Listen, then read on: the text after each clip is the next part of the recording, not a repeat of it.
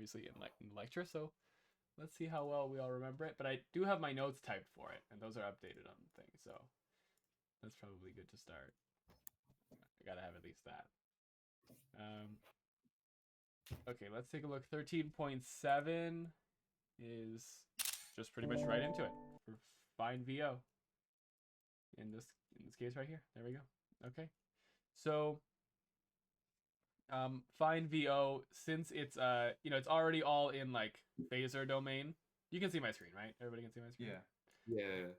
So it's already all in phasor domain, so we don't gotta convert that. And so I just essentially have to determine how will I determine it? I mean, I can do... You could just do KCL loops. KCL loops, that's what I was thinking too. Yeah. Do some sort of mesh. Or sorry, KVL loops, not KCL. Yeah. The word loop there was the thing that I remembered. Yeah. So maybe we'll try that. We'll do 2 KVL loops and we'll see. So at I1, the loop is negative 24 to an angle 0 degrees plus 2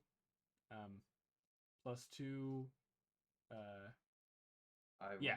I1. Yeah. Sorry. And then I gotta look at the dot convention. So if I have here, so what I see is, or based off of that study session, correct me if I'm wrong. Yeah. When you see that dot in front of the inductor, that's where the positive sign is. So the positive sign transfers over to the other inductor. So that dot pretty much means the positive sign on the other inductor. I don't know. Oh yeah. Right. So positive. This is the voltage on the other one. On this one here. I thought it was the other way around. This would be. Like I thought it'd be positive at the top. I'm looking at this textbook thing from the textbook. This is in general. So if the current's coming in the dotted side, then it's plus minus but negative voltage. So it's really it's kind of weird how they do it, but I think that means that it's this way really. And a positive thing. You see what I mean? Yeah, I never understood this. Yeah, it's just some sort of convention of like what it's gonna be. Really, it's not really that much circuit stuff. It's just sort of like... He taught it like a weird way yesterday, where if it's going into the dot, then it's positive, and if it's going out of the dot, like the mesh itself, like the I2, if it's going out of the dot, then it's negative, and if it's going into it, it's positive. The I2. Yeah, so you know how you were talking about the dot convention? Yeah. And knowing when it's negative and positive? Yeah. So since we drew like the mesh for I1, for example, you see that I1 is going into the dot. And that's what makes it positive. Or that's like the other side. That's what makes the other side positive here. Like this that's what makes the other side positive. And then that's what makes this side negative. And then this is like that just by default. Just like because you're going in like that. Yeah, exactly. Okay. That makes sense to me. But also like I have this in my notes here, and generally you can just generally follow these schematics essentially. Sorry, for some reason I can't move it. There it is. So we have 1, 2, 3, 4 different possibilities coming in from the left, coming in from the right. So yeah, that's pretty much that. So anyways, that should work. So that's going to be J. Sorry, I'll stick to the same color. J6 I1, that's it, equals 0. No, that's not it. No. Then I have to, I have an induced voltage on here, right? Yeah. So that's going to be a positive sign, right? Correct. Wouldn't it be minus J? It's going in the positive. It's going in the positive side here, so that means that would be the positive side of the mutual inductance. I'm not sure. I think for the mutual inductance, when talking about it that way, I think it's always either negative or positive. I don't think it changes. Let me double check. I'm not sure. I think oh yeah, I see what you mean. Yeah, because it's not a current going through.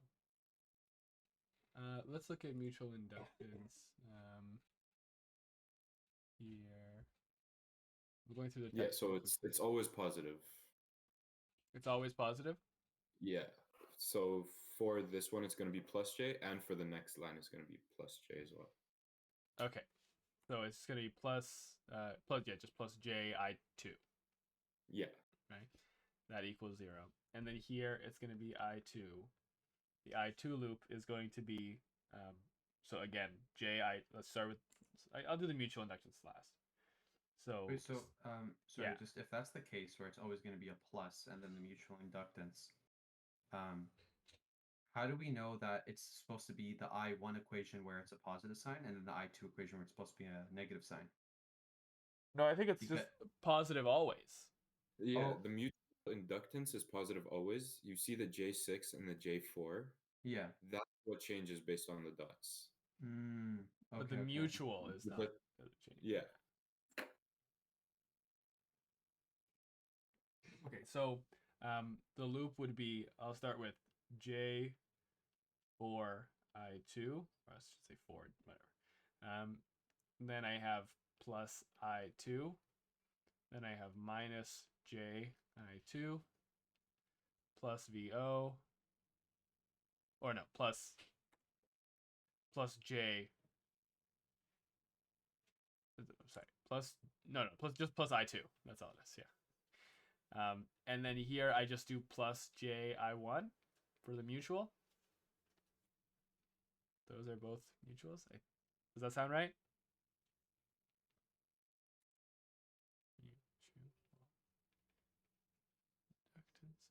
Does that sound good? Oh, I can't quite hear Yeah. anyone. Oh, there. Okay, yeah, yeah. looks good. Yeah, it looks good. Okay. So then we just solve, right? And then we just get it. So then I2 would be VO, I guess. Yeah, I2 would be VO. So anyways, let's take a look. I mean, I can just solve it by just doing a system or whatever. So should I do like, how should I do it? Should I do it just by substitution? I guess it's two variables, so I'll just do it by substitution. That should work. Okay. Okay, yeah, yeah. go ahead. I'm gonna share my screen because I just want to make sure I'm understanding this correctly. Based off of the study session that Andy did, a professor, he did this. And you guys, you know how you said for mutual inductance it's always supposed to be positive? Yeah. I think he made it negative here. Yeah, let's see. Tell me if you could see it. I think he was doing everything in terms of negative. I think he was like, Because look, so if the current's going this way, we have a negative 8. And then positive, positive, right? That's how we get the positive J8I. And then over here you get to the 5I1 minus I2. That makes sense. But then for the mutual, it gets a negative. But then for the next term, if we go forward a bit, yeah, it's still negative, but so pretty much it's okay. It's okay if we choose it to either be positive or negative as long as we're consistent. I guess I'm so. looking at the solution right Yeah. now. They just did two positives. So I'm assuming like we can try two Oh, negatives. so what you're saying is maybe further on he probably made a mistake and then fixes it later? I don't know. Maybe you can do it either way. Maybe you can't. But like, what about the signs for the other terms? Is it still just the same? Yeah, it's the same. Looks fine. Okay, so I guess okay. Then if that is the case, then I guess it doesn't matter if we choose it to be negative or positive. Yeah, that's something Okay. weird that happens a lot in circuits, but you can just choose the sign sometimes. Yeah. Okay. So then here I'll just rearrange this one for well, I won't rearrange it. I'll just say this is I1 is equal to 24 to an angle 0. Actually, I'll do that in rectangular. So 24 to an angle 0 is just 24, isn't it? No, but it's a complex. It's just 24. Yeah, it would be 24. Minus J I2. Right? I'm not making a mistake there. That's just 24. Yeah. Okay. I think that should be good. 2 plus J6.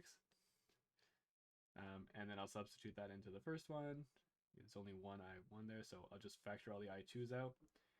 So it'll be, I'll do it in the next step, I guess. So it's going to be J4 I2 plus I2 minus J I2 plus I2 plus J 24 over 2 plus j6 minus j squared. So it's just negative 1. So I'll say minus j squared I2 over 2 plus j6.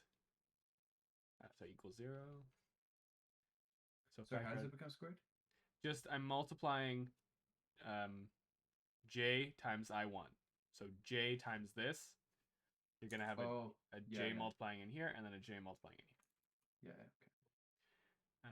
And then I'll factor out an I2 from everything. So it's going to be I2 equals j4 plus 1 minus j plus 1 plus 20. Sorry, that's the part of it. Plus 1 over 24 plus j6 equals negative j24 over 2 plus j6. And then, sorry, not equals. What? No, that was supposed to be equals there. That was just that.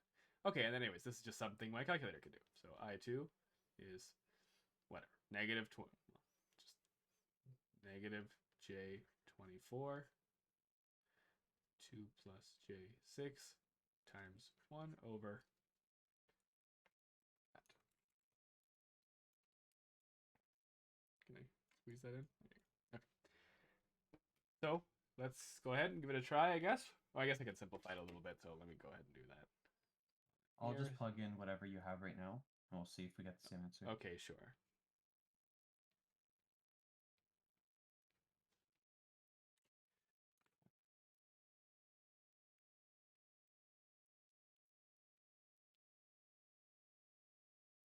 So it's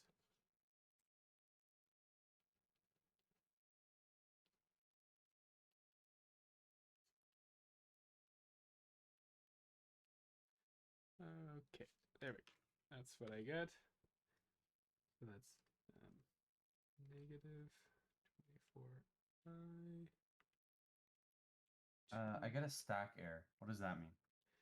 Yeah, I'm not sure. I'm gonna be honest. I'm not sure. Sometimes that goes really, yeah, it just does weird stuff. It might be because you have like too many operations inside of each other, right? So I might get the same thing. 24 plus 6i. Yeah, I got stack error too. So I think we gotta like separately do this denominator, this piece here.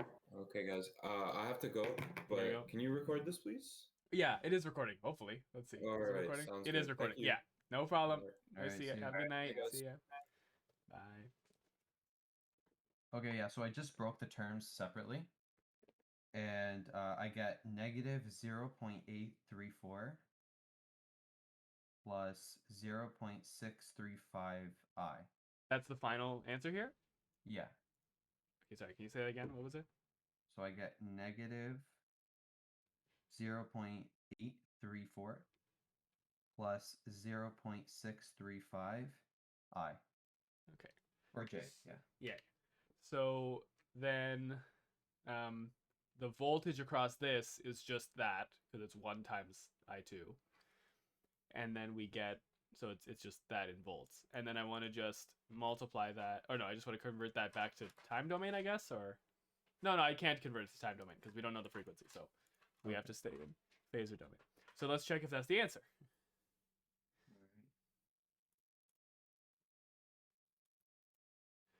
So I should just go Slater, because I have Slater Plus now, or whatever, Slater, like the Quizlet Plus, so yeah, I got the, like here, what's it called? Fundamentals of electric circuits. There you go. So we are in magnetically coupled circuits and problems, question 17. No, not question 17. Question. That's cool. Quizlet's so like it's organized well too. It is, yeah. It's good. It's good for sure. It's really useful for calc too. Yeah. Question 7. Okay. So whatever. There you go. Is that what we got?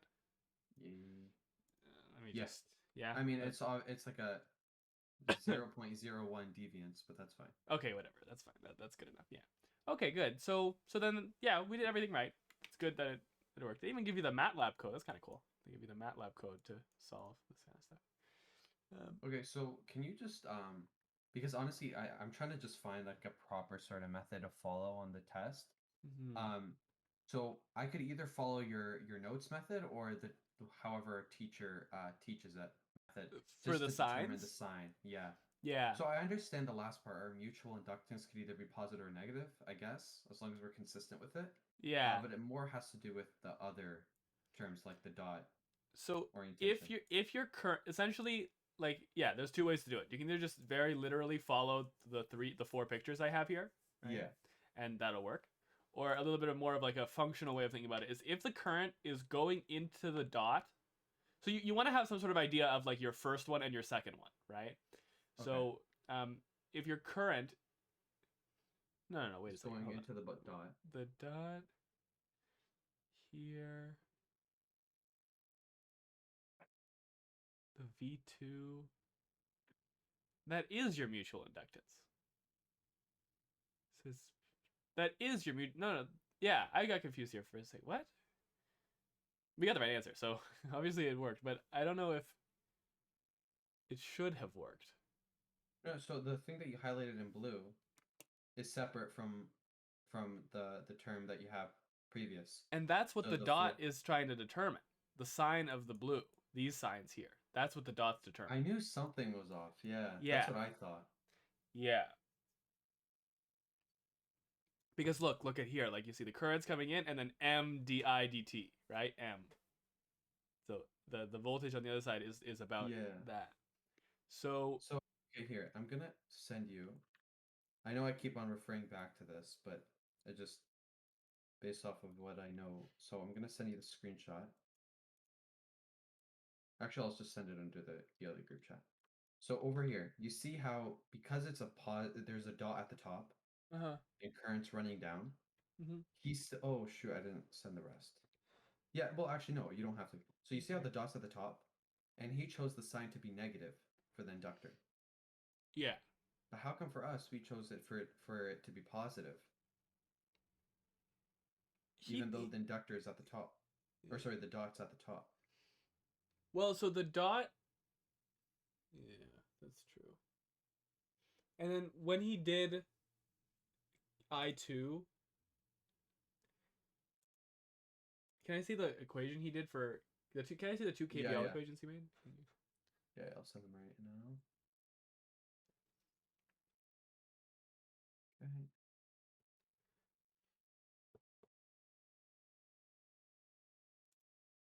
Okay, so he did. Let me just put them both on the screen here. So here with the one loop, he said 8. Why did he say 8? Oh, because this is 8 here. Oh yeah, -8. Okay, so the -8 is there, and then 8i, and then he said positive 8ji1, and then 5i2 minus i1, and then he did the mutual, which was coming in here, and he said it was so negative. what he's doing is the convention of dropping voltage is a positive sign. Okay. Yeah. And then the mutual inductance is negative here because you see this current is not going into the dot. Right? So if it's going into the dot, that means the other dot is the positive one for the mutual voltage. But it's not going into the dot, so the dot on the other one is the negative one. Okay, so what are we looking at first? So we first given this equation, we're not what's red in red is not there. So we just are given that circuit, and we know that I1 is going to travel down the J8 inductor into the dot. And into the dot. So when it's into the dot, what does that indicate? That tells me when I'm doing my I2 equation, right? Then this will be the positive side. The dot will be the positive side. That's exactly what I was trying to tell you. So that's what he did. What he did is if we see that black dot, and current's going inside of that black dot, the positive side for the opposite inductor gonna be on the dot, right across from it. On the dot of the other side, whatever side. Yeah, the dot exactly. is, right. Oh wait. Oh, so where the dot is on the other side. Yeah. So say for example that dot on J3 is down there at the bottom. That means Then the positive sign the would be down positive there. would be down there. Yeah. Oh, okay. Yeah. That's how it would be. And then here you see we're going. This one's going not going into the dot. Yeah. Right. So since it's not going into the dot, then The that positive, is the negative side would be where the dot is. For the other one. For this inductor. Yeah. Of that. Does that make sense? So if that's the case, then shouldn't there be a negative for the J8 inductor based off of the theory that you just made for I2? Like which J8 inductor? Like this term right here? Yes. That J8, term right there. Not just 8. Yeah, J8. Like this term. Highlight it. I can't really highlight it. Yeah. You see where I'm circling. Like this term right here. Yeah. That isn't mutual that is not mutual voltage. That's just the actual voltage across the inductor. Oh yeah, sorry. Yeah. Right? So the dot only relates to our mutual. It's always going to be positive because of the fact that we're just dealing with a normal KVL. Where negatives and positives start having effect is what he circled. Yes, and that's the mutual okay. voltage, right? That's the mutual voltage that we have. Okay, so it's the rate. So it's so what Muhammad said from before, that it's always the same sign is not true. Let's do some more examples and we'll see. Let's do some more examples and we'll see what's going on exactly. I think it'll make more sense when we do more examples and we see it works. Right? Wait, have you guys done the textbook questions or? We did one. We did one textbook question. Oh, okay. And it was right. We got it right. Alright. Also, can you can you also do ideal ones? Do we, which one? Sorry. Ideal mutual. Oh, ideal. Yeah. Yeah. Well, like, hopefully we'll get to that. Yeah. We'll see. We'll do as much as we can today, for sure. Oh yeah. All right. We're good. We're good for now. Yeah. Let's move on to the next one. 0.9. Next one is find Vx in the circuit. Okay, so here, Vx is the voltage across that. So looks like I'm going to do another KVL, like mesh analysis for this, because I want to find that voltage. So yeah, looks like that's probably the best way. There's too many nodes to do nodal. Actually, nodal, like I think we have to do KVL, because how would we do nodal? I don't know anything about these currents, right? So I think we have to do KVL. We can try it both ways, but I think we'll get stuck if we do it that way. So, OneNote messes up on me sometimes. Okay, sorry, Adam. Yeah. One last question. So, when you do that rule where you know that, so exactly what we're looking at. So you see how that green KVL, exactly. So you see how I1. So, okay, sorry, actually, can we flip the thing and say I1 is actually going counterclockwise? Okay. If it's going counterclockwise and it's going into that inductor. I think I have to change the other one too, then. Oh yeah, never mind. That was already like that. No, this is clockwise. I need it counterclockwise. Oh, you want it counterclockwise? Yeah, just so that the current is going into the into the dot. Okay, so you want to go so what, based off of what you told me, that means the positive side for the J4 would be where the where the dot is. So not for the J4, like for the mutual inductance that is observed across this inductor, which is not J4, right? That's the voltage of the inductor itself. Sorry, That's the impedance of I need to stop using that. It's J1 J1. It would be what I'm trying to say J1. is that the positive side sign would be followed where the black dot is. So say for example that black dot for the J4 would be at the top. That means the positive sign would be at the top. Yep. Okay, so now that we're here, how do we determine the sign on the inductor on the left? Just like the actual voltage across it? Sorry, say that again. Like the mutual inductance across it? Or no, just trying to find the sign. Just like what we did on the right side. Okay. How do we determine on the left side? So here the thing is not going into the dot. So that means this is the negative. So it's the exact same sort of thing. Yeah. But you're just doing it on the right side. So see how so the current is not going into the black dot. So it's negative on the dot here, and it's positive for mutual. Yeah, that's for the mutual inductance. Okay. Perfect. Thank you. Thank you. Right, that's everything. Okay. And let's leave the currents like this. Why not? That's fine. So, okay. So, I'll start with 8 to an angle 30 degrees. Then we have plus J4 I1 plus 2I1. And then we have a mutual voltage here, which is plus J1 or just J times, negative. Sorry, we're subtracting. Yeah, because it's the negative sign here. So minus J I2 because the loop's going like that, so it's negative. Make sense? Yeah. Then for the other equation, we're going to go,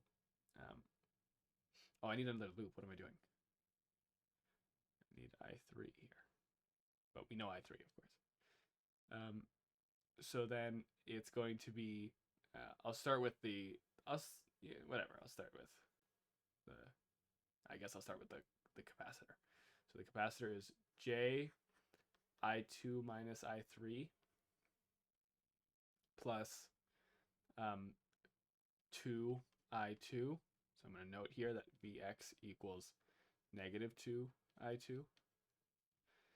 And so then it's plus J4 I2 plus the mutual, right? So plus J1 plus J1. That's it. No, I1. Yes, of course. There we go. Equals 0. And then, of course, we know I3 is equal to 2 angle 0. Okay. Now I just want to solve for I2, essentially, right? So I'm going to rearrange both equations for I1. I'll take the first equation, rearrange it for I1. And then sub it into the other one. Yeah. Okay, so I'll take the first equation, rearrange it for I1. So it's going to look like I1 J4 plus 2 minus J. No, not minus J. Whoops. Plus 2 equals JI2 minus 8 to an angle 30 degrees. I1 is JI2 minus 8 to an angle 30 degrees over J4 plus 2. Substitute that into the other equation. So I'll just simplify it a little bit. JI2 minus J times 2 to an angle 0 plus 2I2 plus J4 I2 plus, I'll just substitute now, I guess. So multiply J in there. So it's going to be negative I2 over. How'd you rewrite that? Where you have the JI2, just your last line. Here, let me do the last term before I forget what I'm doing, and then so minus 8 J 8 to an angle 30 over J4 plus 2 equals 0. Okay. Yeah, the last line here. Which part? Yeah, so just the I3, where did it go? Or we knew the value of I3. We so knew the value of I3. I just subbed it right away. Yeah, exactly. Okay, and now I just need to solve for I2. So I'm going to take I2. It's going to be J plus 2 plus J4 minus 1 over J4 plus 2. Yep, and then that's all that has that in it. So it's going to be equal to J2, because 2 to the angle 0 is just 2, plus J8 to an angle 30 over J4 plus 2. Yeah, that's fine. Okay, yeah, and then I just gotta, that's what I2 is, but we're gonna have to do a little simplification to make this work. So I'm putting it all into my calculator right now. Okay, sounds good. J is 1 to an angle 90 times 8 to an angle 30. So I think we add the exponents. Sorry, not add the exponents. We add the. That's not on. Sorry, made a mistake there. Add the angles. That's what I'm trying to say. And multiply the magnitudes. If I remember properly. And then there we go. Okay, so that's the whole thing to calculate. Now we go. Yeah, I'm sure I have to break this up. I'll try it because I want to be able to do it too, obviously. So Yeah. One. What does the question ask us to do? The question asks us for Vx. So I just noted here that Vx is negative 2I2 because you see the direction of the current. It's negative 2I2. So I need to find I2. But I don't see how it's negative. Because isn't the voltage drop off going? Look at the so side. so ideally, current goes into the positive. Yeah, that's the sign convention or whatever it's called. I forgot that. Right. Yeah. Yeah. So could you scroll down? It's just I'm trying to do the Yeah. calculation. So.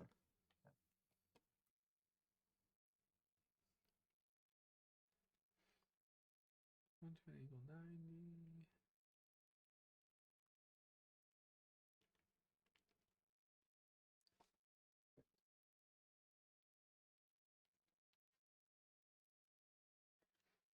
We better also do some Laplace stuff soon because we didn't have very much luck with Laplace. But obviously, let's focus on this for now. But just saying, I do plan on doing more Laplace.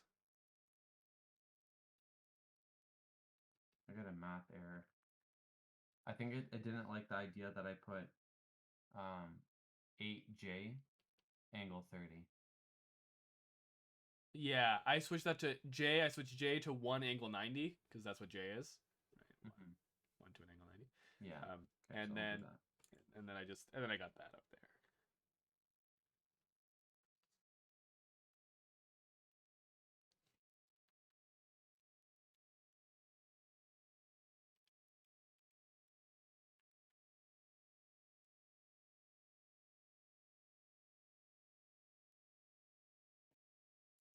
Okay, I get 0.65 plus 0.05I. That's your final answer? Yeah, it's different. Oh, no, I'm not there yet. Oh.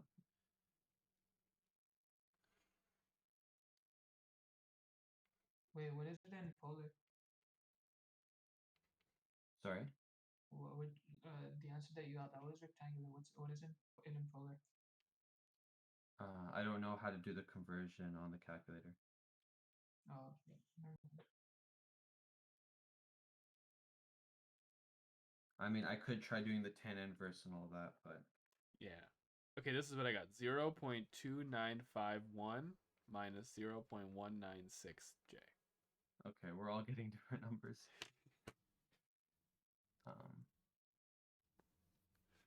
And the answer was negative 2 times this, or negative 2 times this. Yeah, so let's take a look at the answer quickly. Or I'll look at Slater, I guess. It's question 9? Yeah.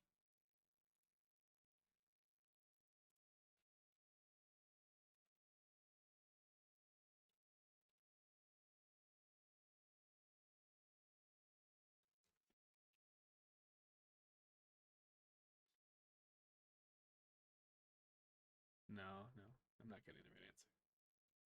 So what's the answer? It's in polar. In Slater, it's in polar. Do you want to hear it in polar? No, that's not gonna help. I need it in. The answer for form. I2 or the answer for V? The answer for I2. I think I can actually solve for I2. Well, they have it in polar again, but I can just type it into my thing here. 0.1.0. Oh, actually, I could just multiply it by -2. So let's do that. Wait, can I see the question again? Just for like 1 second. All right, thanks. No problem. Okay, yeah, sorry. So I'm getting -1.307, -0.0. Actually, I'll just put 0.1I. So I'll go do that right now. Tan inverse.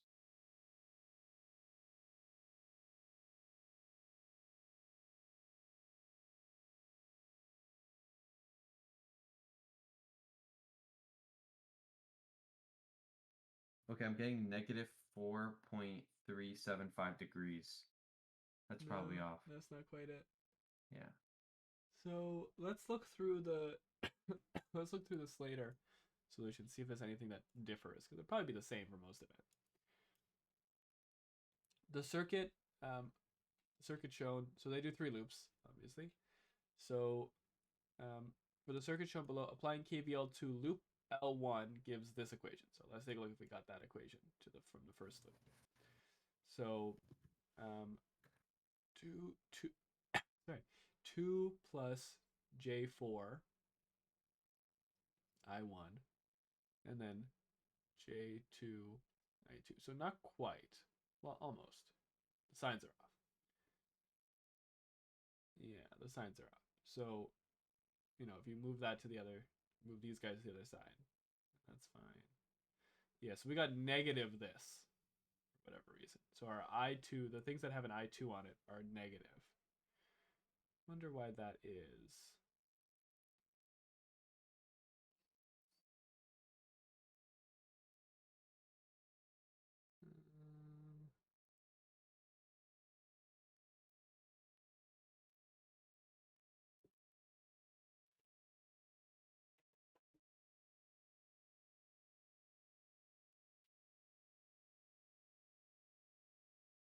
That's a plus, minus and plus.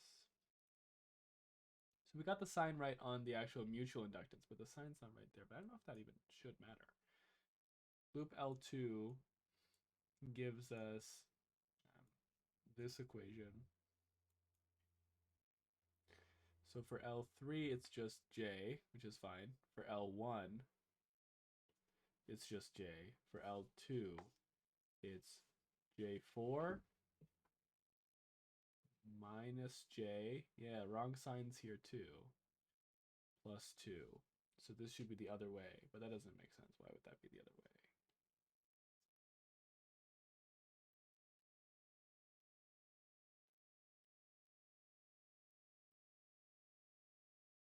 So if I made my thing that way, it'd be negative, so equals that. And then 2 I1 plus 2, 4, and then plus JI2. So for some reason, if I made this clockwise, we would have gotten the right. No, that shouldn't matter. That shouldn't make a difference.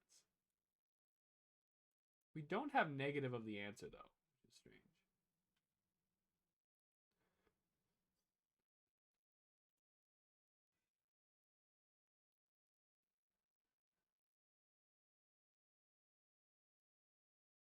Interesting. Okay, I don't know. So yeah, if this was clockwise, we would get the right equations. I don't know if there's a mistake like that. Let's just look through the work quickly and see if there's anything else that is a mistake. So if I'm going this way, 8 to the negative 30 plus 4 ji1 plus 2 minus ji2 equals 0. Then here we have, going this way, I'll start with up through there is j i2 minus i3. Oh, no, that's right. Is that going up? That's going down. So they're opposite directions. Yeah. I2 minus I3 plus 2I2. 2I2 is fine. Plus JI4 JI2. And then here we're going into the dot. Oh, here we're going into the dot.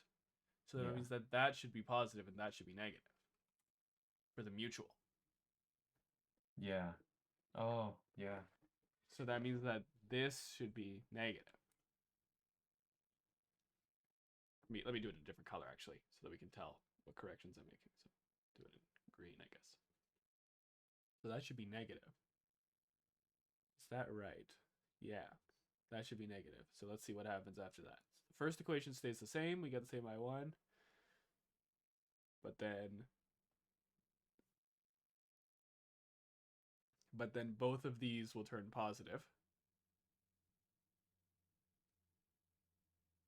Right? Yeah, both of those will turn positive. Yeah. Because that's a negative of that, and then this was all that in there. So it's just plus I2.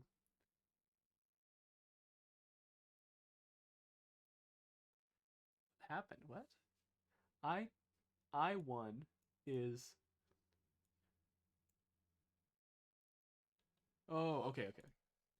I1 is all this. So J times the first thing is going to be negative I2 over that. But the negative and the negative are going to cancel to a positive. And then here, we also have a negative. So it's going to be positive J times that. Okay, that's fine. Then what's next is... Let's see. Just see this.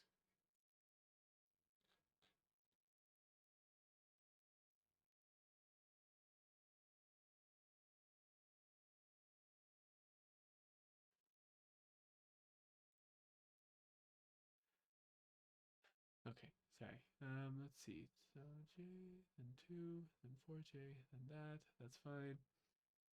And so then this should be a plus there. And this should be a minus here.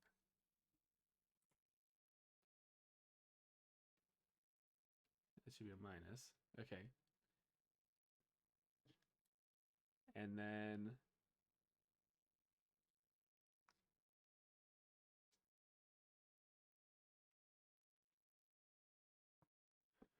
after this, everything should correct fine. Okay, so then this is all wrong now, though. So let me just, well, actually, maybe that I can keep, but only that. So this turns into a minus. This turns into a plus. And then this turns into a plus. And this turns into a minus, actually, so we can keep that. Okay. And then from here, I guess just that top is wrong.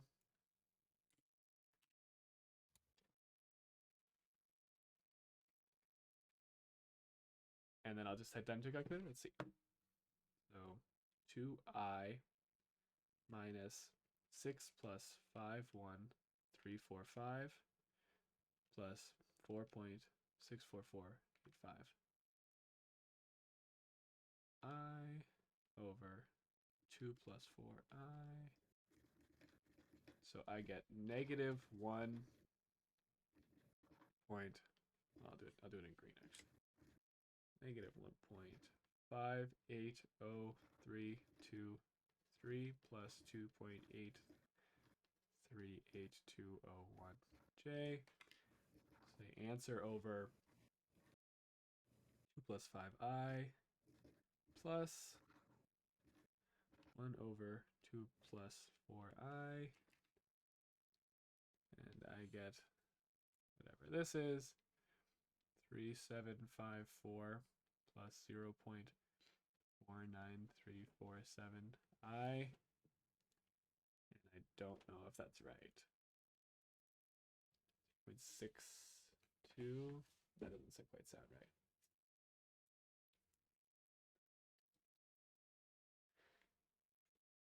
Yeah, no, still not right.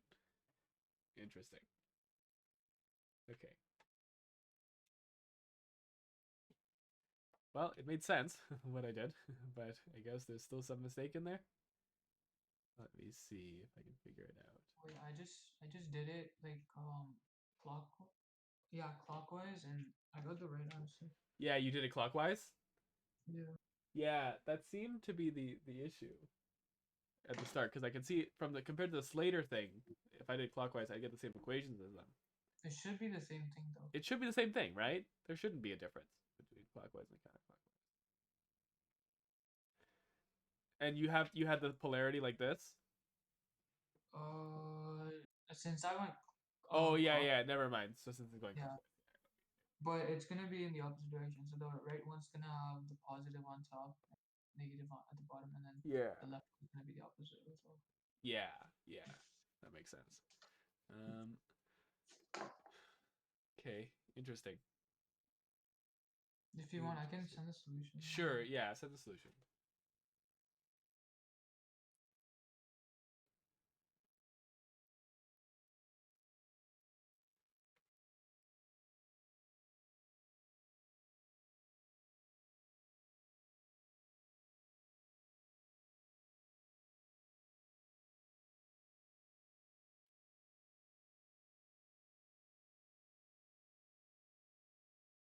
Okay, I don't know.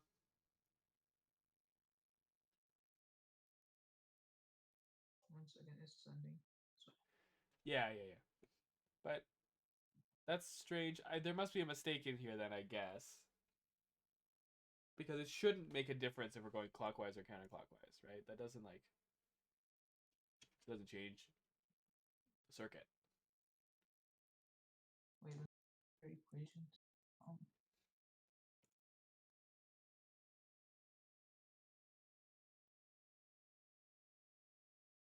In fact, we should just have exactly negative of each other's equations. Yeah. Right? So when you did the loop, you said negative, and then 2i, and then plus I, and then that's going in there. So like your KVL equations, they look fine. Maybe there was a problem like subbing them in, like the values. Oh yeah, possibly in that process, I guess. I think we're not getting negative of each other's equations. Okay, wait. Give me 1 second. I gotta mute for 1 second. I'll be back in 1 second. Shadowing thing. I have to join this and talk for 1 second and say, "Hey guys, I can't talk." Okay. And then I'm.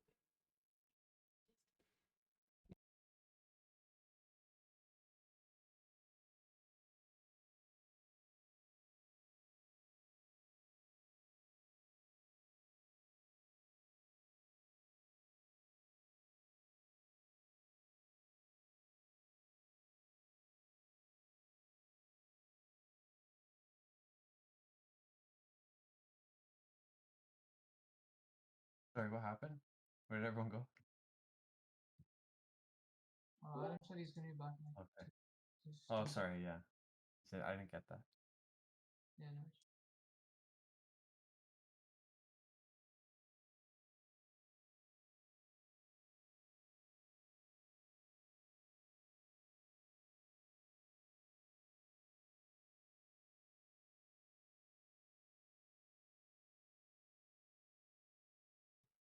Okay, I am back. So yeah, I'm just looking if our equations are negatives of each other. That's what I'm trying to figure out. So this is positive, so then I should have a negative on the 2i. So why do I not have a negative there?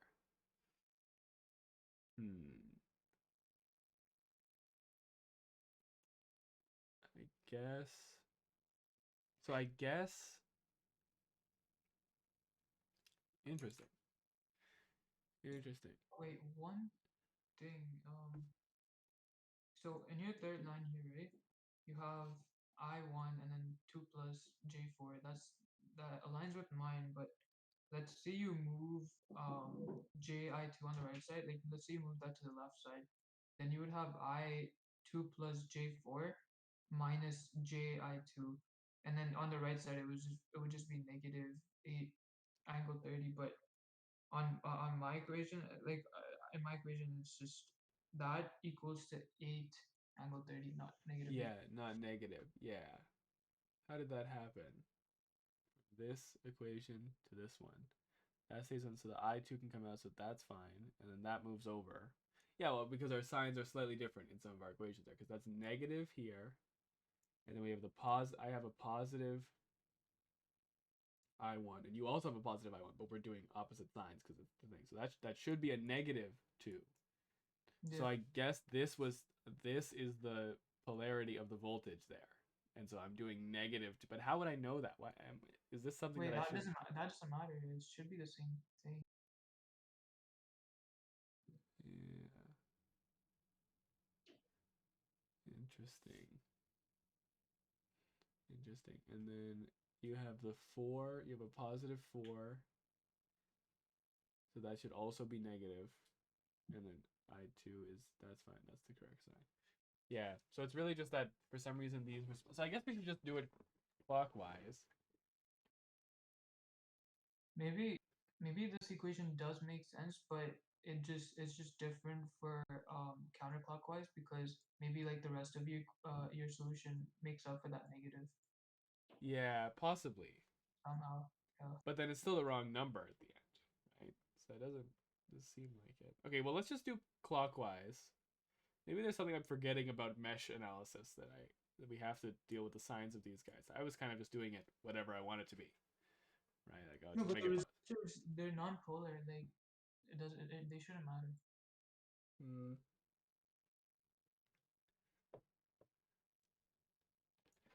Yeah.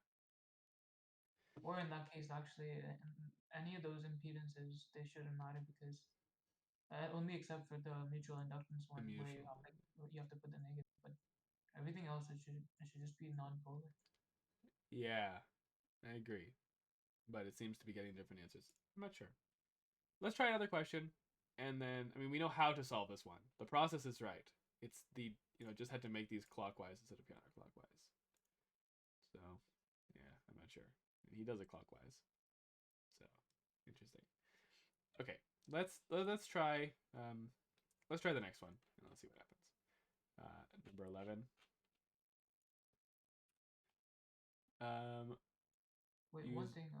Yeah. How long is this session gonna go for? I don't really know. No particular amount of time. Just whenever we feel like we're done with these questions. We're not gonna get through all of them. I feel like we've had enough. Maybe we can skip ahead to do some of the transformer ones. Oh yeah, I was gonna talk about this one. Yeah. Try this one. That's on the screen. Yeah. Okay.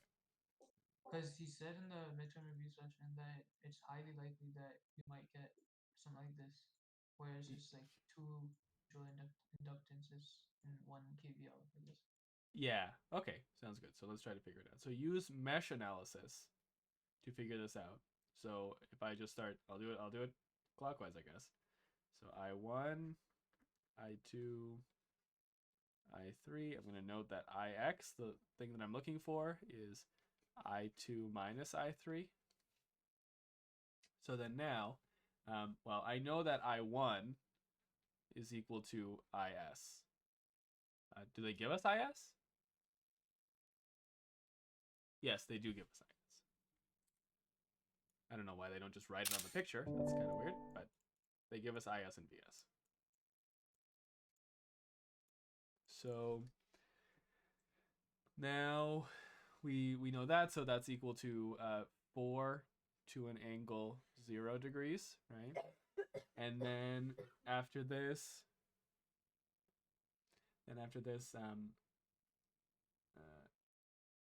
yeah, that's all we need to do with that one. Okay, so then I can do my I2 equation. My I2 equation is 200 I2 minus I1. It's already all, oh no, it's not already all, oops, in the right way. Okay, I have to remember how to do this now. Capacitor is 1 over j omega c. So 1 over j times 600, so 600, whoops. J times 600 times 800 times 10 to the negative 3. Which, let's just calculate what that is. 600 times 800 times 10 to the negative 3. Oops. And the negative 3 is 480. So 1 over, just move that to the side, equals 1 over j 480. No, sorry, that's for capacitor. Whoops, it's just j omega L, not 1 over. So it's just j 480. It's not 1 over for a capacitor, for an inductor. It's just j omega L here. So j omega L here is going to be j, and then omega is 600 times 1,200 times 10 to the negative 3, which is 720. So this is going to be j, come on, why is it not right? There we go. J 720. And then I just need to write.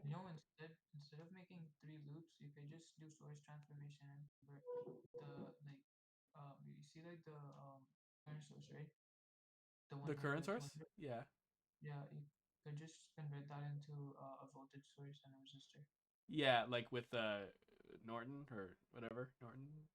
There's just plain source transformation. Or just plain source transformation. Yeah, you're right. Yeah, Yeah. yeah. Yeah, that's true. The resistance stays the same, and then we just divide by we divide it or multiply it or whatever by some other thing. Yeah, I see. That's true. Let's see how Slater does it. Just so our solutions match. So that if we run into problems later, we can fix it. If they do it, then I'll do it too. No, they don't do it, so I won't do it just because I want to be able to check our answer, our solution with Slater after. But yeah, that probably would make it faster.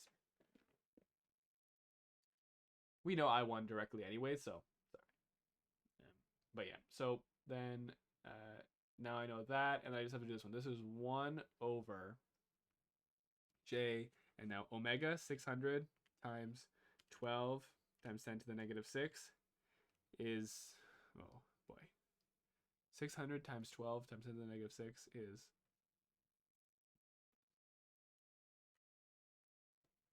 0.0072. Okay, so there's all our impedances. So now it's going to be, okay, so nice normal one now. So it's going to be 200. Then here it's going to be plus J400 I2. And then here it's going to be plus J720 I2 minus I3. And that's it, equals 0. And then my I3 equation is just going to be, so into the voltage source is going to be 110 to an angle 30. And here it's going to be plus J720 I3 minus I2. Then up here it's going to be plus 1 over J 0.0072 I3 plus 150 I3 equals 0. Okay, I1 right away, I can just replace I1 here with 4 to an angle 0, which is just 4. And so then I want to solve, well, I need to solve for both. So I'll do this by, how should I do this?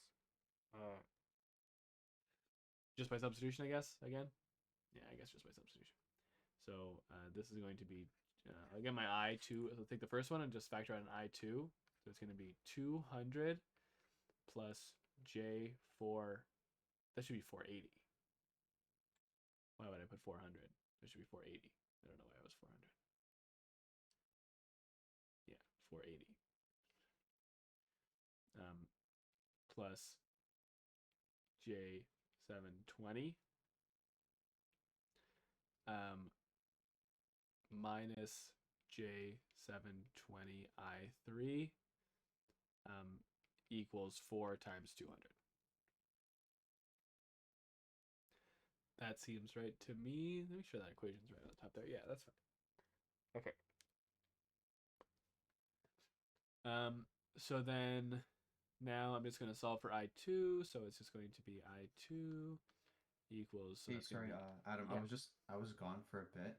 Just for the top part, could you just explain why where is it?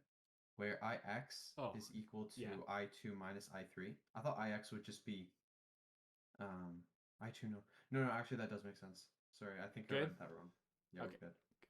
I also completely ignored mutual inductance, so I gotta add that in. That's not a good sign. So let me do that quickly. But yeah. So it makes sense why IX is that? Yes. Yeah. Okay, and then I gotta convert this. So that's inductance. So I'm gonna assume that's just J omega L. So J 600 times 600 times 10 to the negative 3. So 360. So J 360. So then here it's just going to be, so here is just going to be, okay, here our current is going into the dot. Here our current is going into the dot. So that means in my I2 equation, when I'm finding the voltage,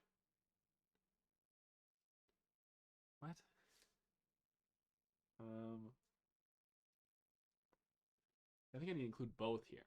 So when I go find the mutual inductance across this inductor, that tells me that since this is going into the dot, that's going to be positive negative here. So I'm going to add on J360 I3. But additionally, I also have a mutual inductance when I'm going across this inductor, I think. And yeah. So one for I2 equation and one for I3 equation. Oh right? yeah, one for I2 equation, one for I3. That makes sense. I was gonna say I have to have two mutual inductances for the first equation, but I guess that doesn't make sense. You see what I mean? Oh, so you're saying two mutual inductance terms for each equation. Yeah, I think that Is that what you're saying? I think that Because is how you... Yeah. No, that doesn't really make sense because here, because what would I do? Like here, okay, the current's going in here, so that means that this is positive negative. And so now what would I say? I would say J360 I2, negative J360 I2. So if you were doing that, then you would have to say negative J360 I1 I2, and then you would also have to find the mutual inductance from the 1200 millihenry on the 800 one. Yeah, and I have that. That's what the J360 is, isn't it? Oh no, yeah, no, I didn't see that. Yeah, right. So that's what the J360 would be. So I think let me check later, but let's see if that is right. So here they do this is right, this is right. Oh, then they have a.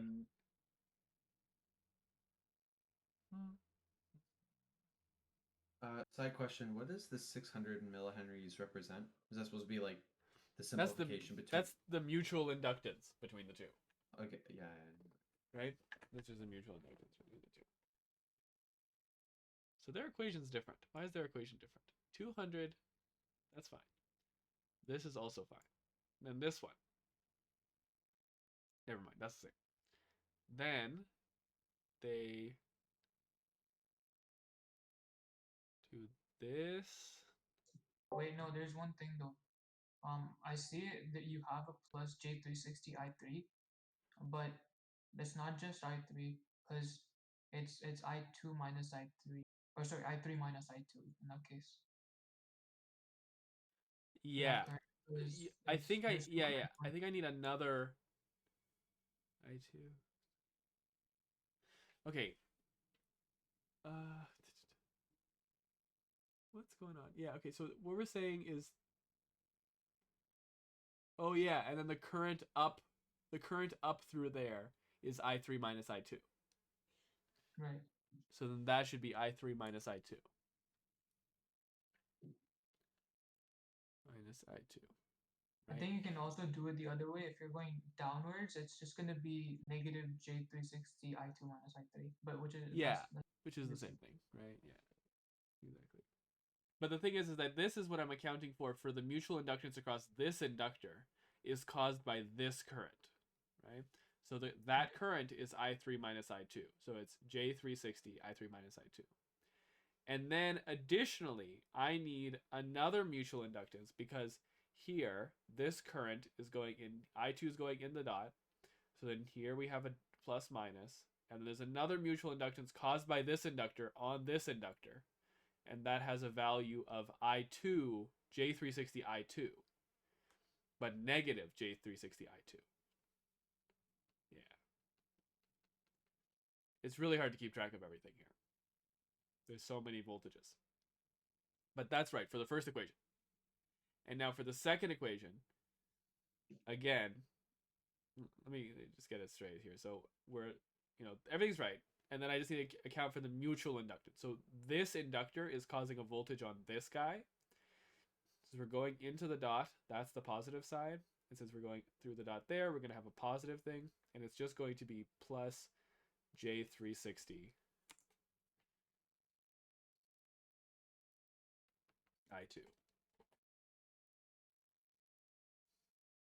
that's for loop 3 plus J360 I2. Yeah, so let me just confirm that here. This is going to be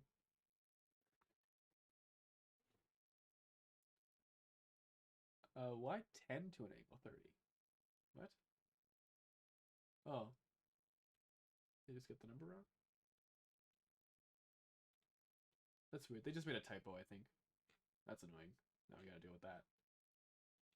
Okay. Their number's gonna be different than ours. They made a typo. They by accident, they wrote it in the question that it's 110 here, but then in the actual solution they said 10. They used 10 for the magnitude, but that's just a mistake.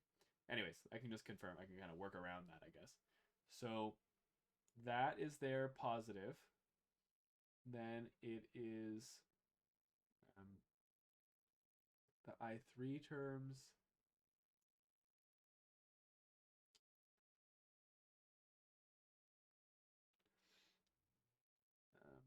720 is I3 minus I2, so that's fine. That's right.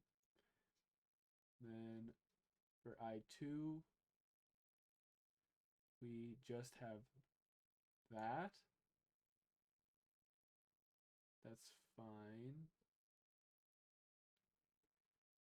Yep, and then I just got to confirm that that is, so 1 over 0.0072I is negative 138. Okay, everything's fine. Yeah, this is correct.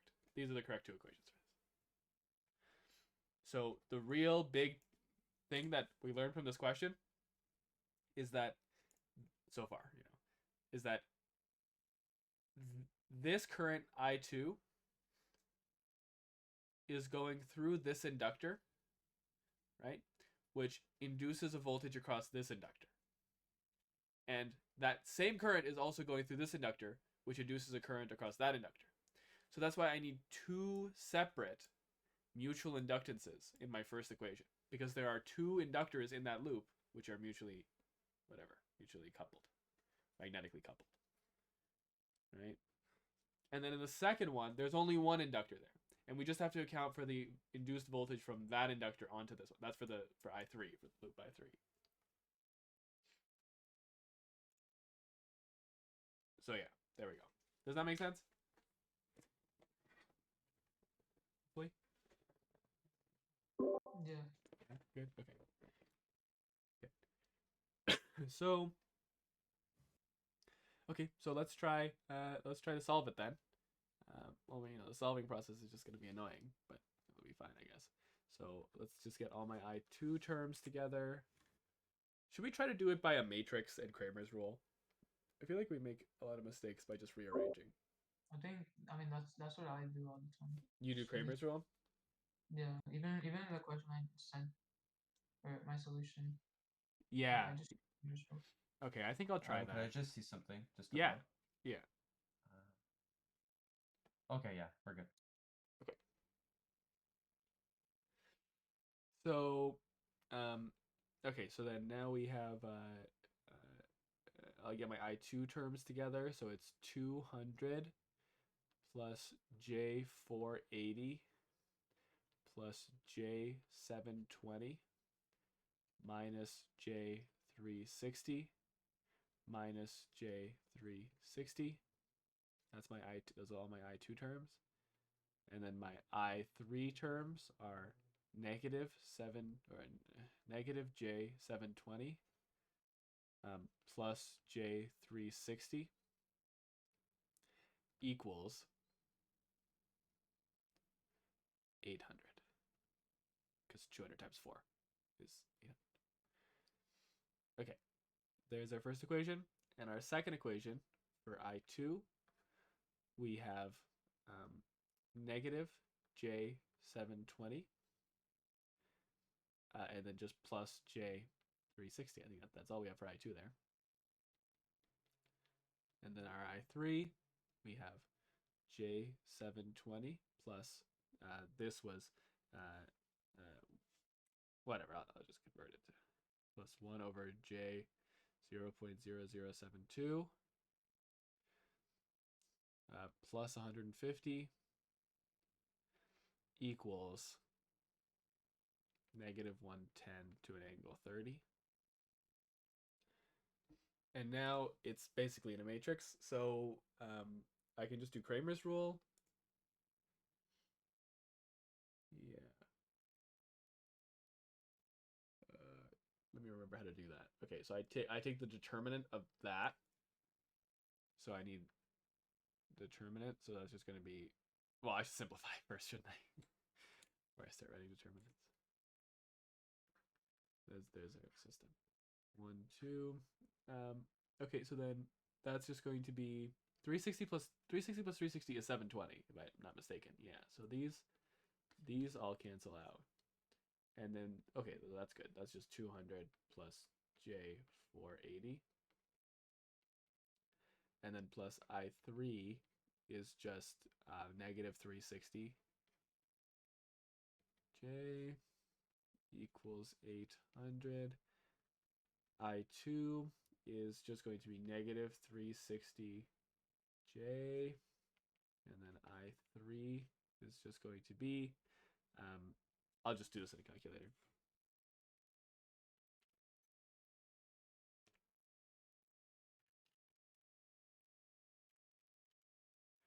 Okay, so then I get 150 plus 581.11.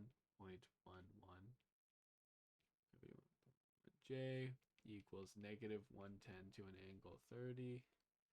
Okay, so now my determinant is going to be that times that, minus that times that. So I'll just do that here. So 200 plus 480i times 150 plus 581.11i minus that times that. So negative 360i times negative 360i. So I get negative 100 and, oh boy, a big number. 332.8 plus 188.222i RJ. So then determinant 1 is to replace these two with 800. So it's just going to be, this is going to be 800 times that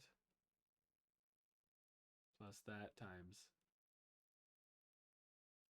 negative 110 to an angle 30. Negative 110 to an angle 30. So I get 8873.95 plus 458,779.6J. So then I2 is that over that. So I'm going to say answer over negative 119,332.8 plus 188.222i. So I get that I2 is 1.544 minus 1.41. Okay, let's take a look if that's right.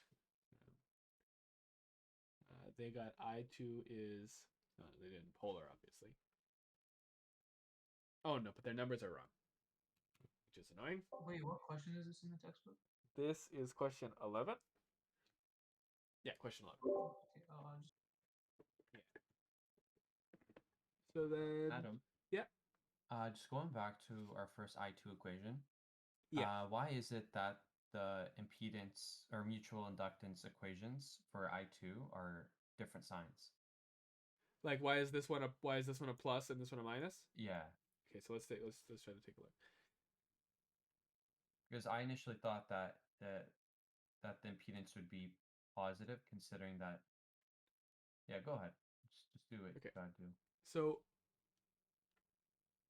let's take a look. First of all, this inductor has a voltage that's being applied by this current. Does that make sense? That current up like that. So what is that current? Well, first of all, that current is I3 minus I2. Okay, so I3 minus I2 is inducing a current. That's why I3 minus I2 is here. Okay. The mutual inductance is that, and now we need to figure out the sign. So it's going into the current here. Sorry, it has a voltage apply. Sorry, here, that current is going into the dot. So the dot here is a positive, then a negative. So that's why this ends up being a positive, because this current is going into the positive terminal. Yeah.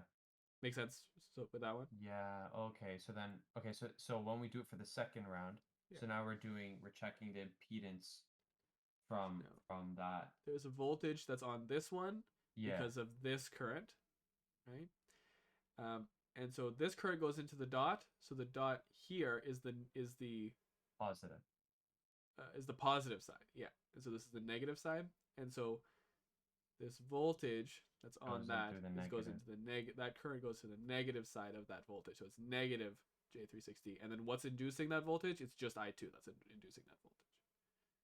Oh, okay. Yeah. All right. That makes sense. Okay.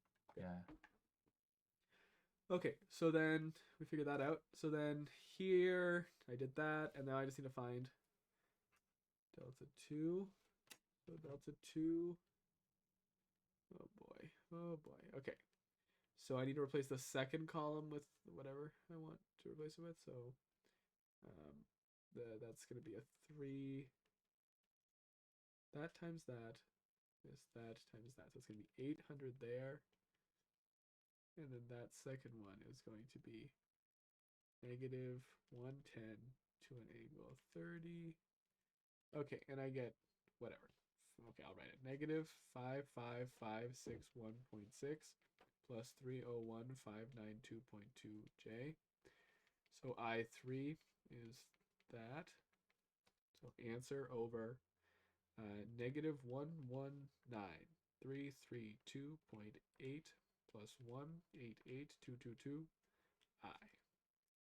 And I get 1.276 minus 0.514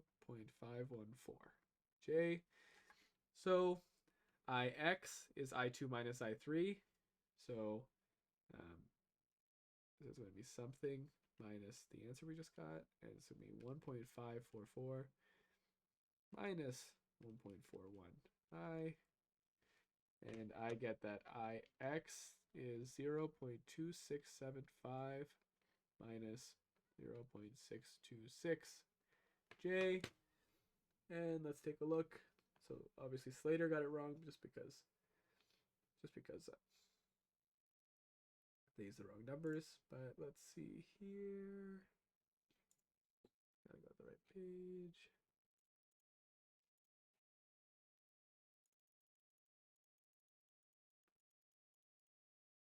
Whoops.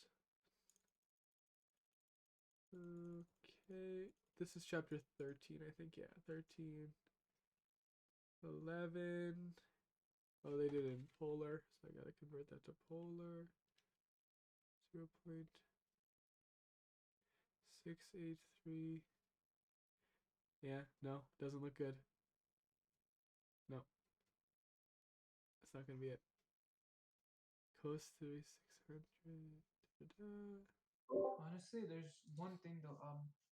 Yeah. Andy tried this exact same question in one of his lectures, right? Because like he was showing us examples while teaching us this like mutual inductors chapter. He he did it the same way we just did, and he also like if he actually continued with the question, then he would have ended up with the exact same answer as us. Yeah, really?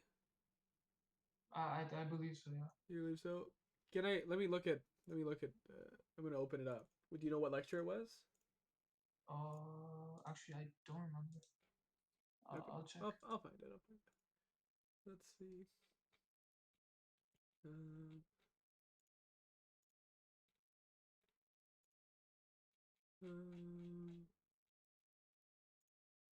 So I'm gonna look at, I don't know, week 9. Let's see what we're doing week 9. Week 9 was Laplace. Okay, let's look at week 10. Okay, so this was 13.7. Sample 13.2. Oh no, that's not. This is transformers then. Yeah, I think I found it.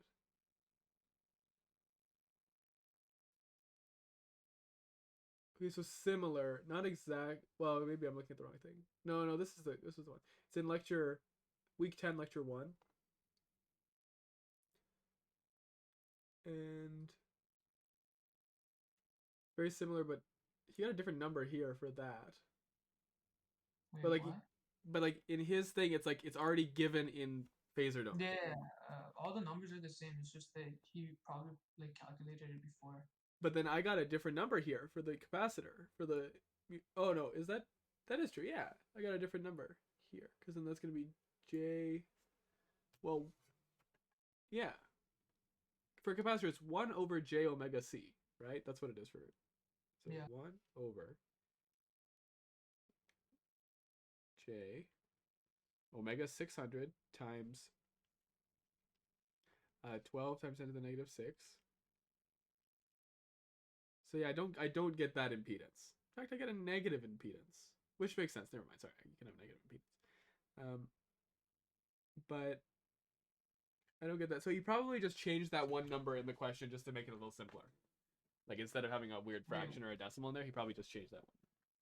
Oh yeah, like the negative 139 one, right? Yeah, the negative 139. I mean, it is approximately 139, so it's okay. Is it approximately 139? Oh, you're right. It is approximately 139. Yeah. Oh, okay. I see. Yeah. I was looking at it as a fraction. That's why I didn't realize that. Okay, but then yeah, our equation's correct after this, right? Our equation's correct after this, and then yeah, and then he just jumped right to the answer. I1 minus I2. So if you do like I1 minus I2, you get, I mean, from his equations, if you do them, you get 1.07 angle negative 65, which is not the answer. Which is not the answer in the book. Yeah. Yeah, So interesting. that's why like I was struggling with this exact same question like for like 2 weeks straight. Yeah, really? I was trying to find a way to like actually get the textbook guess, but no. Yeah, and even Slater doesn't help because Slater got the wrong thing entirely. I think there was some other website where they get the same answer. I don't remember which one it was, and I don't have it right now. Yeah, really? I searched it up, but I think it was some weird thing where like you know how we subtracted like scroll up. So in this first equation we have like plus J360 I3 minus I2 and then minus J360 I2, Yeah. right? Yeah, thing is, I mean that results to negative J360 negative J360 I2 and then a negative J360 I2 again. So basically that will cancel out the J720, right? Yeah. That happens here. But like in that solution that I saw online, it just like the 720 stays, but those J360s for I2 they cancel out and then it just becomes 0. But the 720 stays somehow, and then it Well, becomes, so then one of them is positive somehow. Somehow one yeah. turns positive for whatever reason. So like the J part is just like I think 1200 or something. Yeah, 1280 or something like that. Yeah. Which doesn't make sense because like those two don't cancel out. The 720 and the 360 should cancel out. Yeah, that doesn't make sense because it should cancel. Like if this equation is correct, what we started with here, these two are correct. Yeah. I'm confident about that. So then from here it only makes sense. So maybe there's a mistake then in the way it was solved or something like that. I don't know. I just think the textbook's wrong for that. I think the textbook's wrong too. Honestly, I'm pretty confident about this question. I think we did it right. Yeah. So I don't think there's anything wrong here. I wish Andy responded to emails better. He does not respond to emails. I would email this to him and ask him, but does he respond to your emails? I mean, I don't email him. He's not my prof, so. Oh, he's not your prof. Okay. Yeah. Hashem, have you emailed him? I do not. You've not. I've emailed him just like questions and just like I have like I don't know or stuff like problems with labs. Weeks. Yeah. Takes weeks for him to get back to me. Literal weeks. I think your best is to just ask him in class. But there's no more class, right? Yeah, I know. So, but that's what I'm saying. in the future, yeah, for other professors, yeah. It is. I did that. I went to his office. The first time I ever attended office hours was this week, and I asked him questions about the lab. Mm-hmm. Yeah. Okay, so I'm pretty confident about this question, honestly. I think we did it right. Text was weird. Slater's weird. But everything seems right here. Even if, like, the main hard part was making these equations.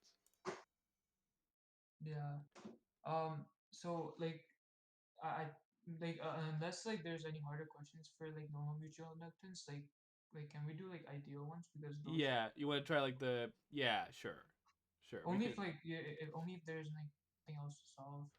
We're gonna do the rest of the questions, but like let's go ahead now and do some whatever I mean, transformers. like if there's any other harder questions, like that actually want like do same thing as this. Let's take a look. then you can do Let's this. look through it together. So the next one would be 13. Okay, for the circuit, determine the impedance seen by the source. Oh, I hate these kind of questions. So we just have to combine all the. No, I gotta find the. Essentially, I gotta find the. To do this, I gotta just find the current through here. I gotta find this mesh current. Essentially, that's all it is. Because remember, the impedance is defined as the voltage divided by the current, right? So if I find this mesh current and then do that divided by, does that make sense?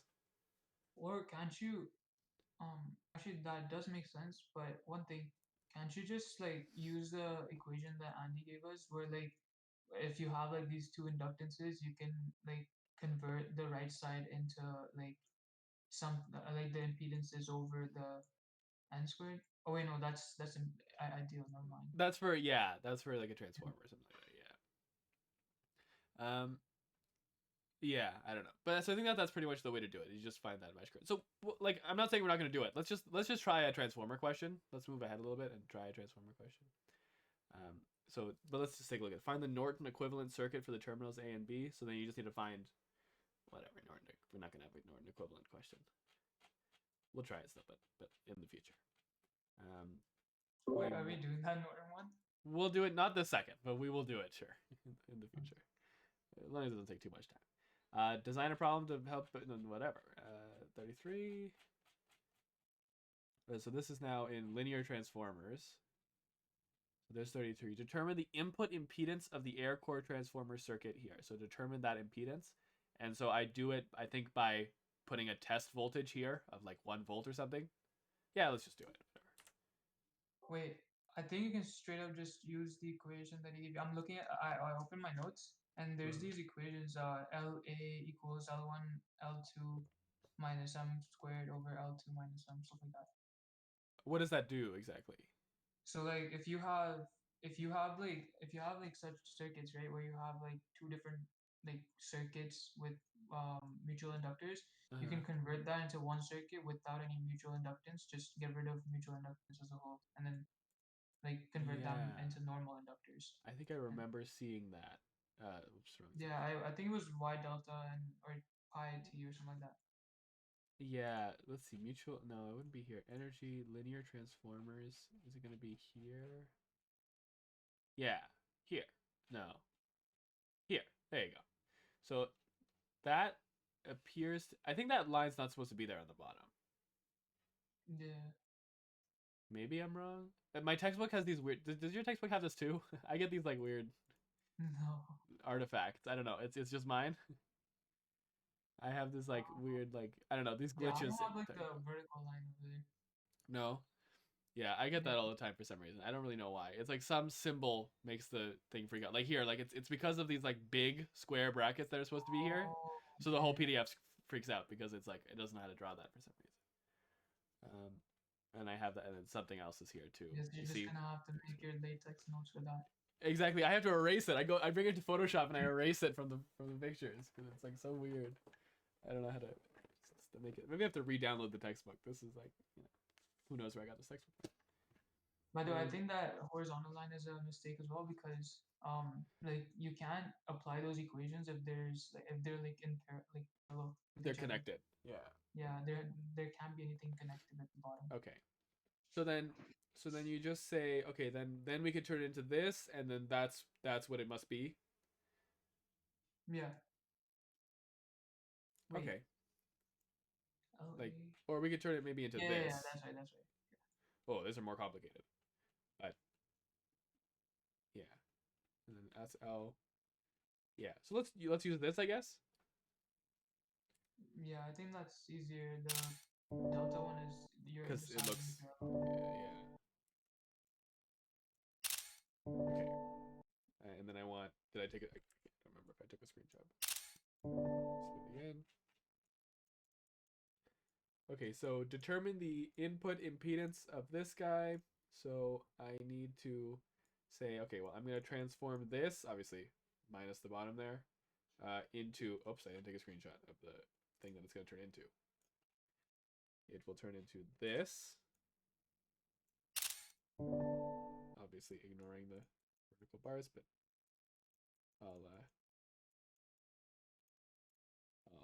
I'll just quickly erase that. And this turns into this, given these equations. Whoops. Okay, given these equations, it turns into that. So I can turn this whole circuit into here. We're still looking for the impedance here. I mean, I don't know if this really simplifies the question that much, but it's good practice anyways. But let's see. Let's see after this. So this will be an inductor, and then another inductor. Okay, and then another inductor. And then we have our 20 ohm. We have our capacitor, negative J5. Okay, so LA is L1 minus M. So we don't know, we don't know the inductance. Oh, that's an issue. We don't know the inductance of these guys. Wait, we do though. J12, no? That's the impedance, right? That's yeah, that's J omega L. So omega L is equal to 12, but we also don't know omega. But we don't need omega for these. Don't we already like it's already been converted into AC domain? The thing is, it's just that if I want to calculate what LA should be, LA is the inductance of this. And I need the inductance of L1. But here's the thing, LA, L1, and M, all of them are they're related to W. Like they're just like equations of W, so the W just cancels out. Oh, if I just make it omega LA equals omega L1 minus omega M. Yeah. Minus omega M. Okay. Like Yeah, they're just that makes sense to me. I believe like it's just JWM for J omega M. That's how you get J15 over there. I think that's the derivation. I could be wrong though. That makes sense to me. Let's give it a try. So this would be J omega L1 minus omega mutual. So L1 is, ooh, the dots. The dots. The dots. Oh wait, I think you have the wrong equation. The LA equals L1 minus M thing. Like that entire like that set of equations. It's for dots on the same side. Okay, so that's I should look at a different one with dots on a different Yeah. side. Oh, I'm in the wrong section here. Does it not happen? No, it doesn't look like there is one. It looks like there's only one for dots on the same side. But I think we can turn it Okay. into that. I mean, I can just tell you, like, it's just from Andy's notes. Where it's dots on different sides? Yeah, LA equals L1 plus M. To this same configuration? Yeah. Okay. LA equals L1 plus M. LB equals L2 plus M. LB equals L2 plus M. LC equals negative M. Oh yeah, I remember him saying that if the dots are on the different side, you just replace M with negative M. I remember him saying that if the dots are on the different Okay, side. yeah, actually that makes sense now because yeah, I get yeah. You just replace M with negative M in all the equations. And that's all it is. Okay, that makes sense. Yeah, okay. So then this one is going to be L1. So that's going to be J12 plus the mutual inductance. So that's going to be J27. LB is going to be the other one plus the mutual inductance. So that's going to be, LB's here, J55. And then LC is just going to be the mutual inductance. So that's just going to be negative J50. Yeah. I know it's kind of weird because like inductors can't be negative, but the the impedance can be, right? No, can it be? I don't know. We have a negative impedance here too with the capacitor. But that's for the capacitor. Yeah. I guess. So yeah, and then I guess that makes sense because you do 1 over J and that will get you negative J. Yeah. Yeah. Whatever. That's okay. We can figure it out. So, let's see. Then here, I'm looking for this impedance, right? That impedance there. So what I can do is I can just figure out this mesh current and put a test voltage here of 1 volt. I don't think you need to do that. Like, you don't need to put the test current thing at all. Like, you can just like calculate the impedance by like simplification. You can reduce the like. You can reduce the circuit. Oh, I could, because they're all just impedances. Oh, I see. Yeah, I don't have to do that because there's no sources. Because there's no sources here. If there was a source, I'd have to do this, right? Yeah, I think so. Yeah. I think so. Yeah. Okay, that makes sense. Yeah.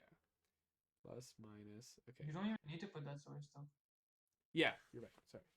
Yeah. So, so I'll just do that. 10 plus 27J. That is still, I'll put it inside, I guess. Negative J15. And this is going to be another impedance, which is 20 plus 55J. Oh, sorry, plus 50J. Okay. And these are in parallel, so 1 over, 1 over. Anyways, the total impedance will be 10 plus 27J plus 1 over negative 1 over J15 plus 1 over 20 plus 50J. And that will be the total impedance, whatever it is. So let's type it in, I guess. Let's see if, I think my calculator will freak out. It will not be able to do this. So 10 plus 27I plus 1 over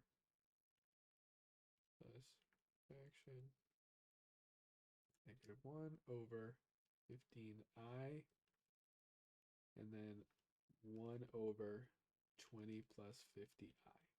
Yeah. It did not work. So I have to do that first. So I got the denominator. I'm going to do 1 over the denominator, and I want to add 10 plus 27I. So my impedance, what question is this? 33? 12 plus 7, 6, 7. Yep, we're right. We're good. It's all good. There you go. Okay. That wasn't bad. I have to think about, because I'm doing a live stream for this with Res, so I have to think about questions I'm going to do. It might be a question I do. I mean, we're not going to get really an impedance question, but I think this transformation thing is useful. Like, talking about this. And then I also have to talk about, like, it's actually just like a good question because there's like a bunch of elements to it, right? But not super complicated, so I will. Wait, when is this live stream? The live stream, I haven't announced it yet, but I'll tell you, it is the day before the exam, 6 to 8. Wednesday. So is it the same link on in the tutor announcements? I think Christine posted the link in tutor announcements. Yeah, so it's there. Oh no, not yet. No, Christine posted it somewhere. I forget where Christine. Oh, there you go. In announcements, not tutor announcements, but in announcements. Oh, okay. It's there. So yeah, so that's for ELE, and then I'm also doing one for coding for 318. I'm also doing one for 328. I'm also doing one for math, obviously, and I'm probably not doing one for physics. A lot of people want me to, but I'm not that good at the physics course, so I don't know how helpful I'll be. But I'll see if I can like put something together that's gonna be helpful. But All right, Adam, just about this one question: how is it different? How did we change that circuit that we have at the bottom, considering that the holes are different, or the dots are at different places? So we took these equations here, and replaced m with negative m. Okay, so wherever we see an m, it's a negative. Now. It's a negative m. So you see the equations became L1 plus m, L2 plus m, negative m. Okay. That's it. And nothing else really happens to the... Sorry, could you scroll just a bit higher? Yeah. Okay. Okay, we're good. We're good. Makes sense? Yeah, that's what I thought. Yeah. Okay, so that's good for 33. Do you guys want to take a little break? And then we'll come back and just like, I don't know, take a 10-minute break? And we Yeah, keep sure. going after? I'm done. Sounds Yeah. good. Okay, sounds good. That's good with you? Yeah. You have to? Yeah, good. Okay, sounds good. Okay, so I will pause the recording and I will be back in 10 minutes. Okay, get some water, stretch your legs, everything. So we'll be back. Okay, I'm back. Hello, hello. Anybody else here? Okay, I will wait. Yeah. Oh, you're here? Okay, hi. How's it going? I don't know if Ash would cheer you. Just took a break. Just took a what? Nothing. Nothing? Okay. I had some nice food just now. Had some French fries and some water and some That's nice. chocolate-covered pretzels. So back to circuits. That's what I say. There we go. Okay, so the video's recording again, and here you. Okay, so let's try the next one. I guess let's try. What did we just do? We just did number 33. So 39. No, this. Oh yeah, no. That's. Yeah, we did 33. So 39 now is under ideal transformers. So yeah. Ideal transformer one. I think 47 is a good ideal transformer. Is it? Is that one of the ones here? Yeah. Okay. At least like I tried it once and like the answer doesn't match up the one in the textbook. Okay. Did you try 39 here? Sorry. Did you try 39? Let me check. Because I don't really know how to deal with it.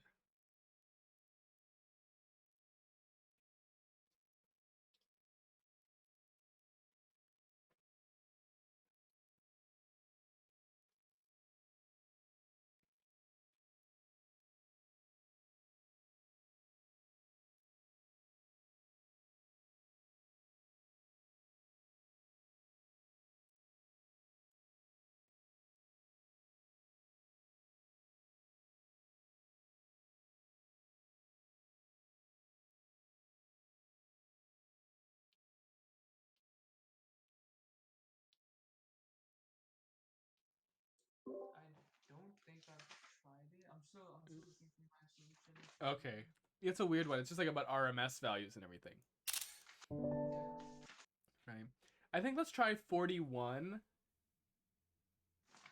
And then 45 is this for the circuit. Find the value of the average power. Oh, I hate average power. I hate any kind of power questions.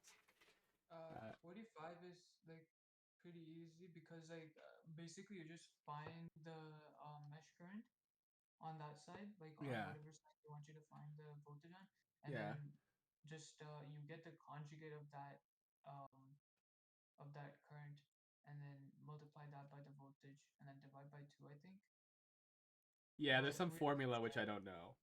That's what it is. It's just the like power formula where they like for average power you just have to like get the like I think you have to use the RMS values. I could be wrong. Yeah, I think you're right. I don't know. I just hate power questions because I never understand it, so I can't do it. Yeah. I don't know. Anyways, let's skip that for now. So 47 is this one. What is that for? V. Okay, that's a good one. Yeah, that's a good one too. And is that meant to be connected on the bottom there? I think this Yes. time it is. Yeah. Okay. Okay, so let's do 41 and then 49, and then we'll see how we're feeling about this stuff after. Just a weird question. This Can you just, for like, 40, 49? Wait, I was talking about like 47. 47? Where, like, yeah, it's just like you get the right magnitude, but you never get the right angle. Okay, Whenever so you get the yeah. right angle, you never get the right magnitude.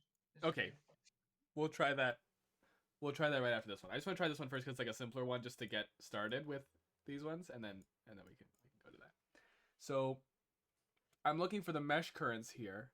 So all that I need to do, yeah, I think all that it is I just use the fact that 1 to 3 is equal to I1 over I2. I think that's right. And then this tells me that I1 is equal to 1/3 of I2. And then I just need to find one of the mesh currents. I don't know the mutual inductance though. How do I find the mesh current here then? So that would be negative 14 to an angle 0. And then that would be plus 10 I1. And I don't know anything about here.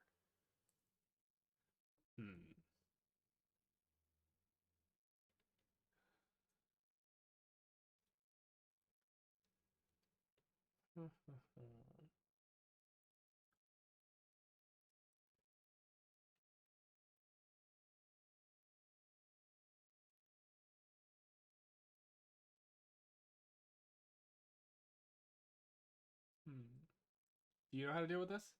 Do you have any idea?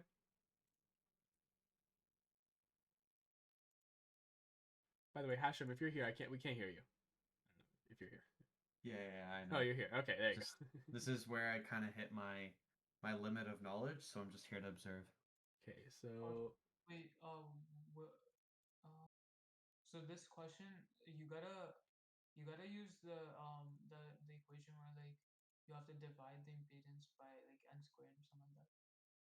divide the impedance by n squared. Okay, is that a So formula? just like you can like get rid of that mutual inductance by converting the right side into a new impedance. What was that? Converting the right side into Like a new impedance. so this Like, whole you know how there's just 2 ohms. yeah. Yeah, you gotta divide that by n squared, I think. Yeah, n squared. And that basically gets rid of the mutual inductance, and potentially you can just connect the 10 ohms with the 2 ohms. Let me find that here. Where do we say no? That's an auto transformer. Ideal transformers. Let's re-examine circuit. And what's that circuit? That's that circuit. Equation 1. That's fine. So then we have this. We have that. So n, which is that, is equal to that. So these are the main takeaways here. And then if V1 are both positive or both negative, whatever. Okay.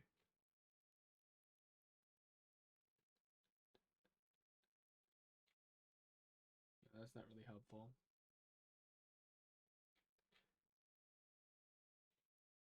That's Wait, power. honestly, I don't think you have to do that now that I look at the question. Yeah. You can wait. Can you go back to the question? Yeah. You can basically do KVL, where, like, for the left loop, right? You can just do negative 14 plus 10 I1 and plus V1, and then that's equal to 0. And then the right side, you can also do it with respect to V2. So Where that's V2 V1 there? yeah, and then the right side would be V2. And since we have the n, you can just, like, you know that V2 V1 equals n. So you can just convert the V2 into like a constant times the V1. Okay, so what would my second equation be? If that's my second mesh there, My second equation would be, so 2I2 plus V2. I think so. We're going Yeah. adding there like that. Okay, let's see if it's right, and then try to make sense Actually, of that. wait, no. I think when you do these questions, the positive signs they stay on the same side. So like the dot, you see the dot on the right side. I think that's where the negative would be of that, like V2. Yeah, you think so? I'm not sure, but like I haven't tried it on this question. Yeah, you're right. There you go. It is on the same side. Yeah. Okay, so then this would be minus here. And then now what you're saying is that I say that 1/3 is equal to V2 over V1. Or negative V2 over V1. Negative V2 over V1? Because then like since they're on opposite sides and like you see the dots, they're on the opposite sides, so I think it would be Okay. negative now. I don't know. I'm But just asking, I'm not sure. I don't know. uh, I have no idea. yeah. I'm not sure. Let's do it. And then here that's I1 over I2, which is what I'm actually looking for. So then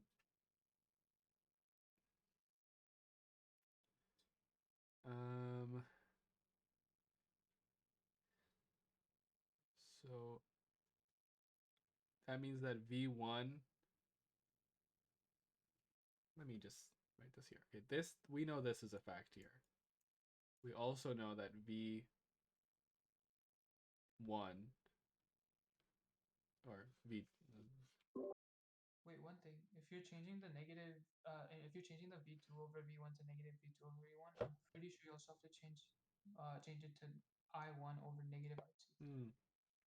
Yeah, that makes sense because the current is going out instead of in. Right. Yeah, I think that makes sense. So then here too. So then that's negative. Okay, then how does this help us though solve this equation up here? -3 V2 is -3. We still have two equations. Guys, I'm sorry, I'm gonna have to go. Okay, no problem, Asher. This is Yeah. still recording, so you'll see the Yeah, recording yeah. after. Good stuff, guys. All right. Good night. Good night. Nice talking to you. Bye, Asher. Bye. Okay, so I don't know. Do you know what to do next? I'm looking, actually, like, I saw my solution. This is a completely different question. From 41, the one that you did? Yeah. Oh, did you just do a different one? Like a different, did you do another one here? Like, I think since our textbooks are different, my 41 is a oh, really? Wait, go to 41. Yeah, I think my 41 is different. What edition of the textbook do you have? Let me check. Let's see. I have 7th edition. One second, let me check. Mine is 6th edition. Oh, so yeah, so some of the questions will be different. Interesting. Yeah. I think we ran into this issue before most too. part, it's pretty similar. Yeah. Yeah. So I wonder what the problems are designed to be. I think it's designed for 7th, but I don't know. Is yours not even like, it's not even at all like this question? It is a similar type of question. It's ideal transformer. Let me check how I did it properly because I don't remember how I did it exactly. So I basically like let me just send you a photo of it. Sure.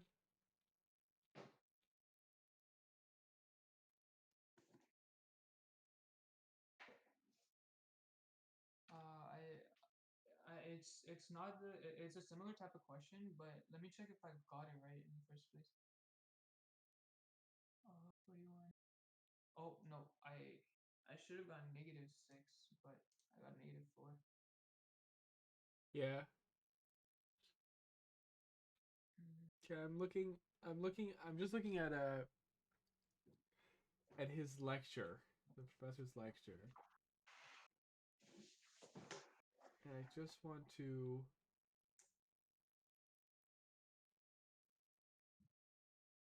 I don't know. All these like ideal transformer questions are really weird.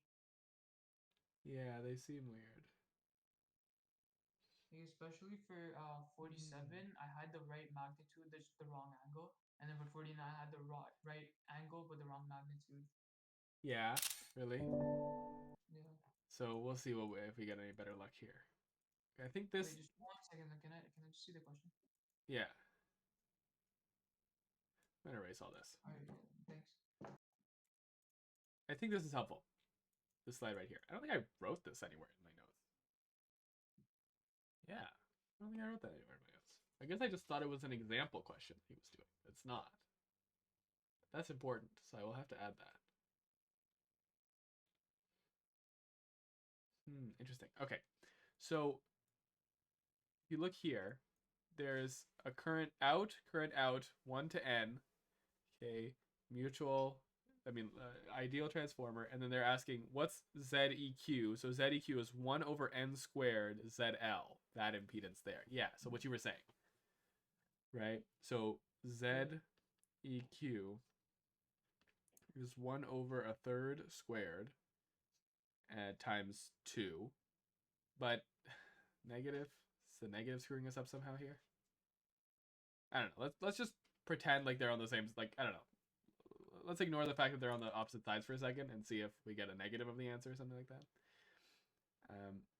So then that tells me this is equivalently, this.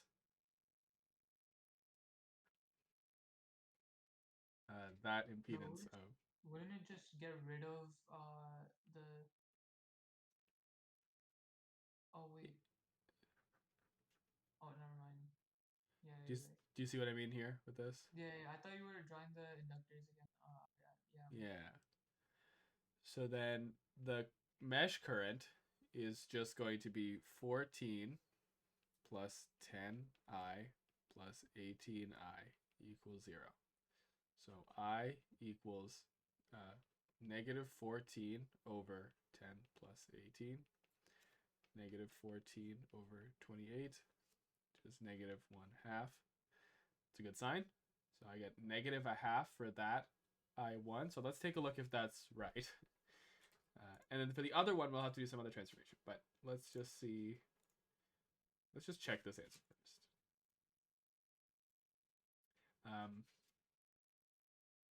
Where am I? That's the textbook. That's this. Here's the answers. 141. 41. I mean. Yeah, it's positive 1/2. It should be positive 1/2. So I think possibly negative, some kind of negative screwed us up here. I think I gotta look closer at his notes.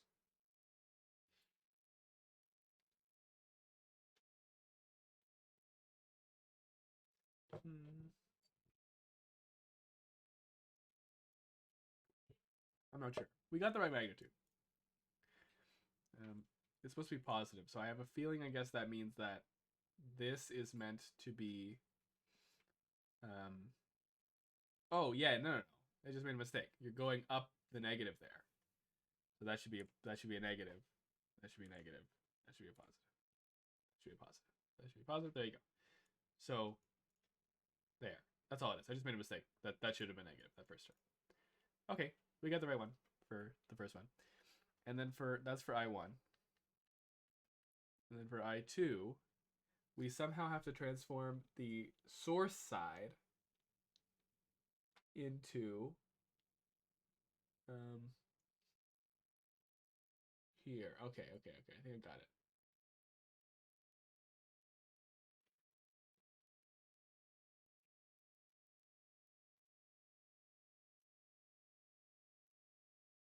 Okay, so I think this this section is helpful.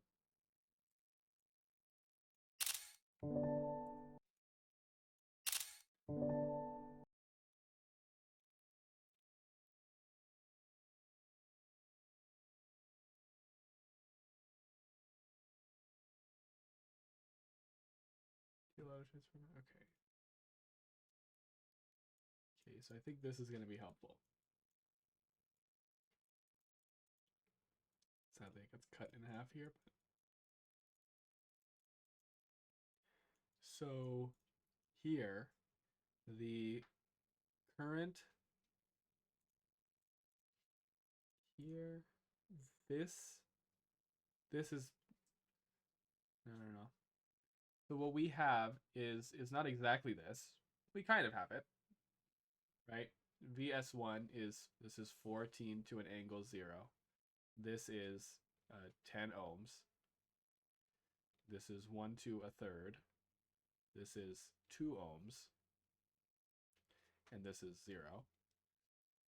So from here, it says we can turn this into this here. Yeah, you can turn this into this here. So look, it's just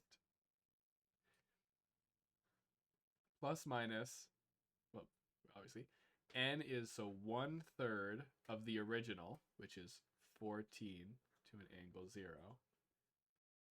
And then this impedance here is going to be Z1 minus 1/3 squared. This is just ZL. That's just 0 still.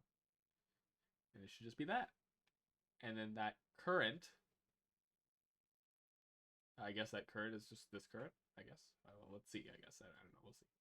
So that would just be negative 14 over 3. 10 minus a ninth. That's 90. Yeah, 90 ninths. Is that right? No, that doesn't make sense. Yeah, 90 ninths. So 89. So plus 89 over 9 plus 2. Sorry, I equals 0. So it's going to be I is equal to 14 over 3 over 89 over 9 plus 2. I have a feeling this will not give us the right answer, but let's just try it anyways. 14 over 3, 89 over 9 plus 2. No, I don't get the right answer. So what did I do wrong here?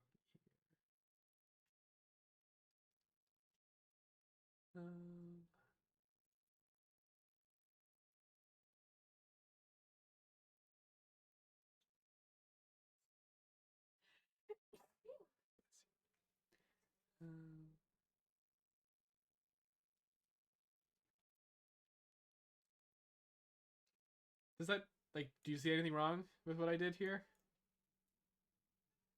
To be honest, I don't even know what is going on right now. I don't really know either. I'm just looking at what he did in these slides here. So it appears to be, maybe I should watch these lectures again. Just this one section of this lecture again, just to figure it out. Yeah, I'm just using this, try to use this like formula to do that, but I don't know if that's working properly. Interesting. Okay, I don't know. And there's no Slater solution for this one. So I think let's highlight it and let's move on. Why don't you try this question, try to figure it out. Which one? Let me send it. You can send it? Okay.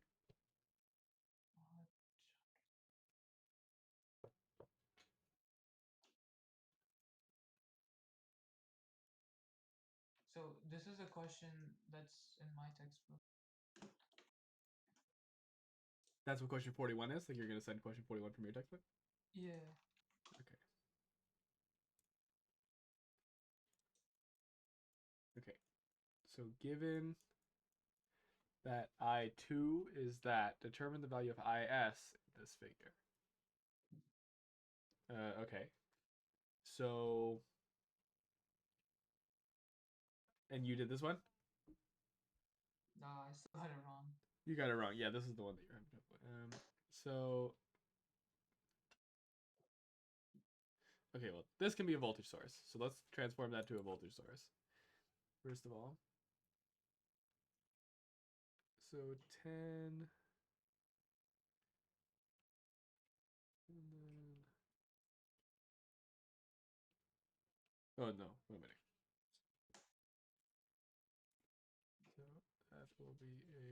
resistor like that. Okay. So this is that stays 125 ohm, right? And then this I forget. I divide the. I think you multiply. So it's gonna be 125 is. Yep. Wait, one. Yeah. And then here.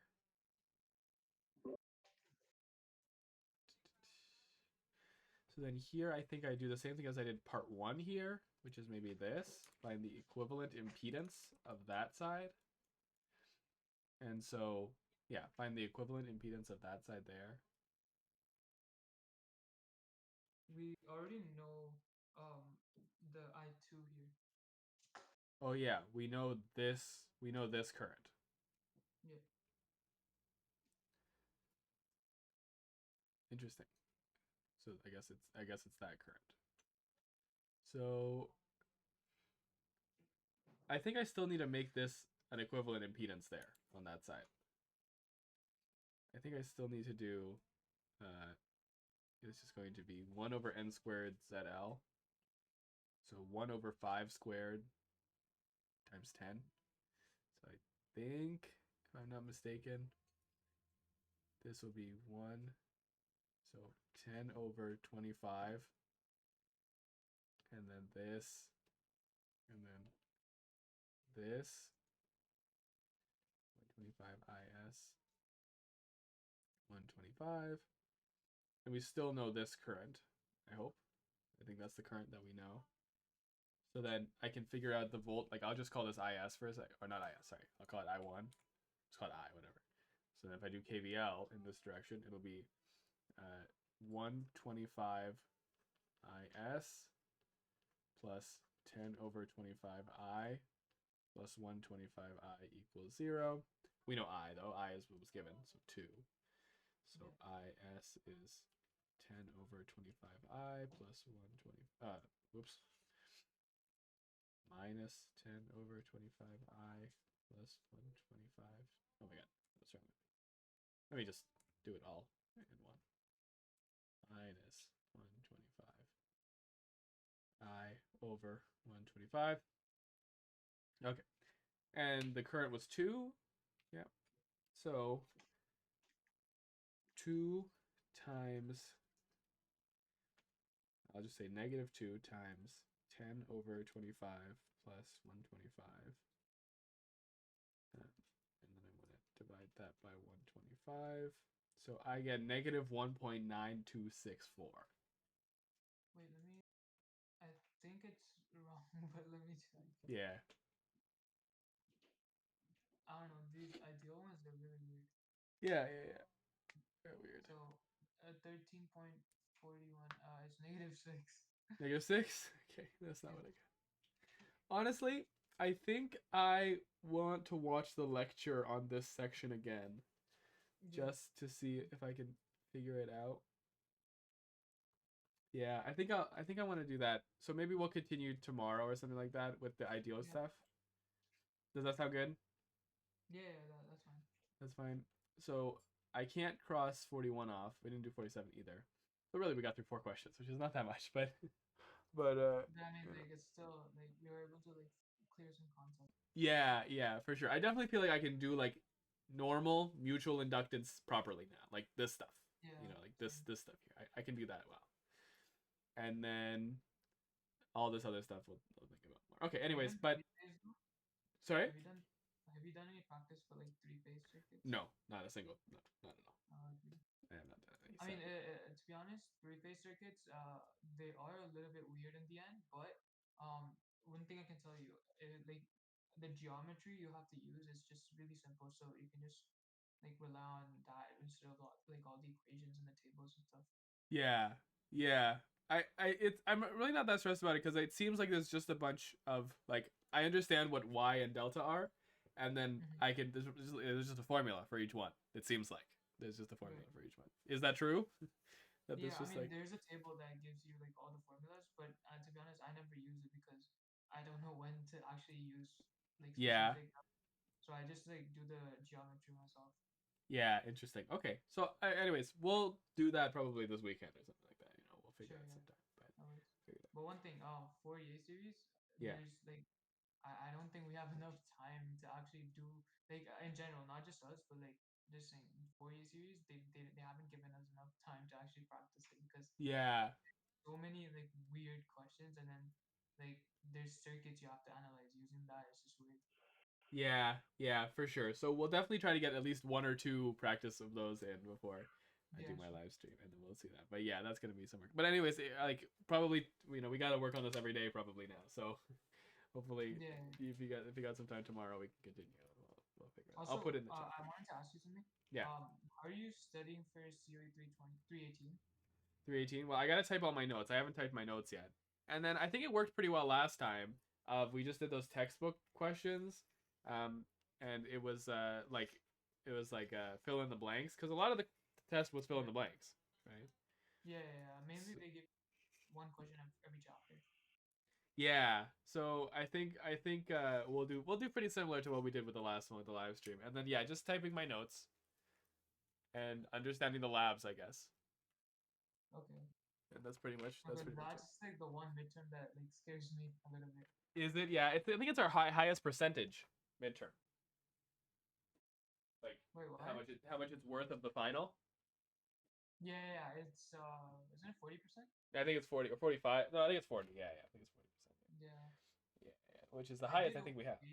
I did okay on the midterm, so I'm like at least trying to do like better than that on the final. Even if I Yeah. can't do better, I need to actually like pass the final to actually pass the quiz. Yeah, I know. Me too. Yeah, I did pretty good. I got 76, which is like not great, but like it's whatever.